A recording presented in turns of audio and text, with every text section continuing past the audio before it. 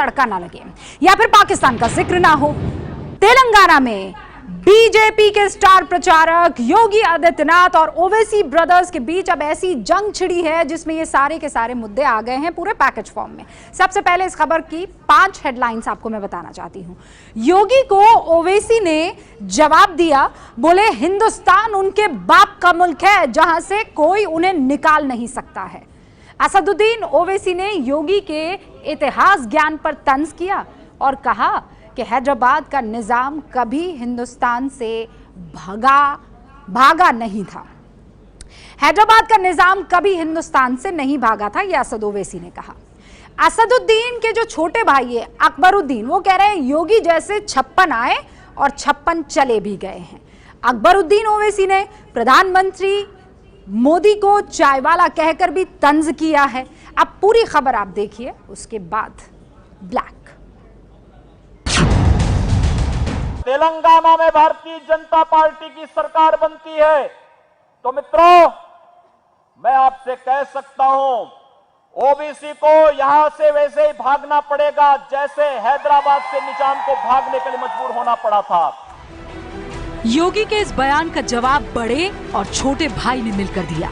सुनो, उत्तर प्रदेश के chief minister, हमारे अब्बा आदम अलैहिस्सलाम जब जन्नत से निकलकर दुनिया में पहला कदम रखे तो हिंदुस्तान में रखे।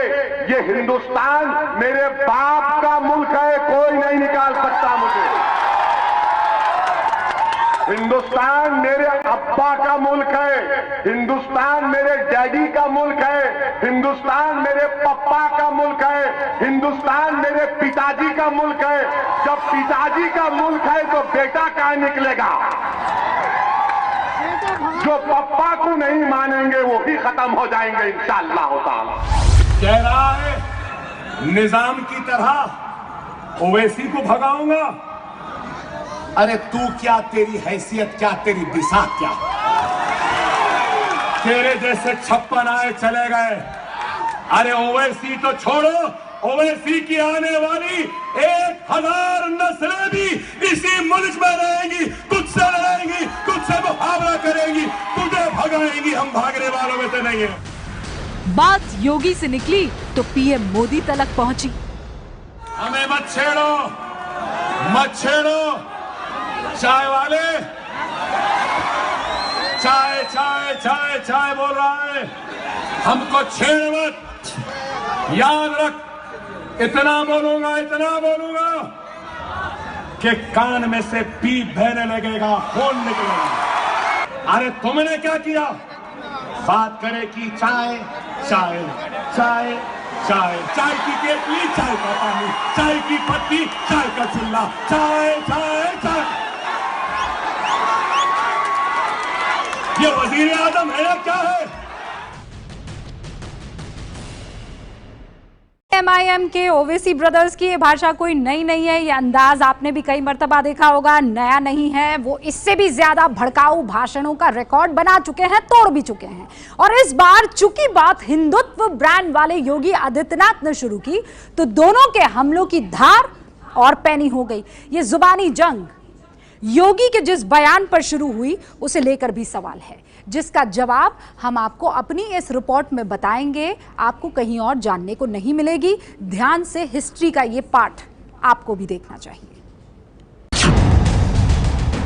नहीं, बीजेपी अगर पावर में आई तो ओवैसी को निजाम की तरह भगा देंगे। सबसे पहली बात, आप तारीख को जानते ही नहीं है।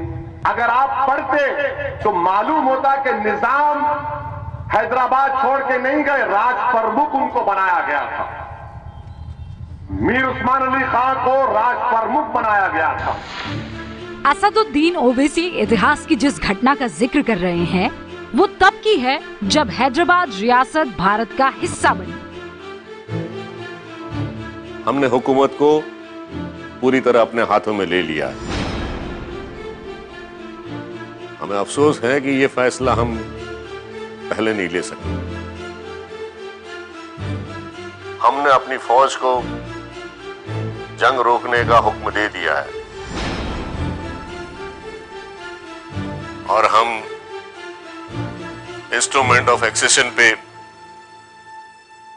दस्तखत करने के लिए भी तैयार है। आजादी के 1 साल बाद तक भारत में शामिल न होने की जिद पर अड़े हैदराबाद के निजाम मीर उस्मान अली बहादुर को सिर्फ 5 दिन में ही भारतीय सेना के सामने हथियार डालने पड़े।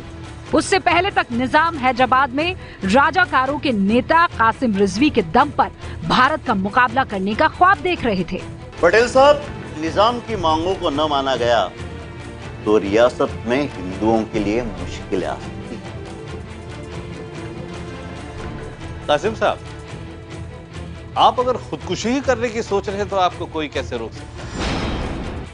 कासिम रिजवी उसी एमआईएम पार्टी का नेता था जो अब असदुद्दीन ओवैसी की एआईएमआईएम के नाम से जानी जाती है।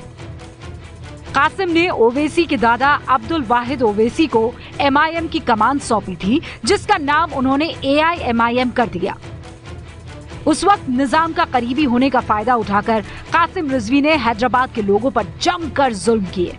इसीलिए वो नहीं चाहता था कि हैदराबाद भारत का हिस्सा बने। 17 सितंबर 1948 को जब हैदराबाद भारत का हिस्सा बना तो कासिम रिजवी को गिरफ्तार कर जेल भेज दिया गया। 1948 से 1957 तक वो जेल में रहा। इसके बाद उसे पाकिस्तान जाने की शर्त पर रिहा किया गया, जबकि निजाम मीर उस्मान अली को भारत में शामिल होने के इनाम के तौर पर 1950 में हैदराबाद का राज प्रमुख बना दिया गया था। यानी योगी जिसके हैदराबाद से भागने की बात कर रहे थे वो दरअसल कासिम रिजवी था, लेकिन उन्होंने नाम लिया हैदराबाद के निजाम का और इसी गलती पर ओवैसी उन पर बरस पड़े।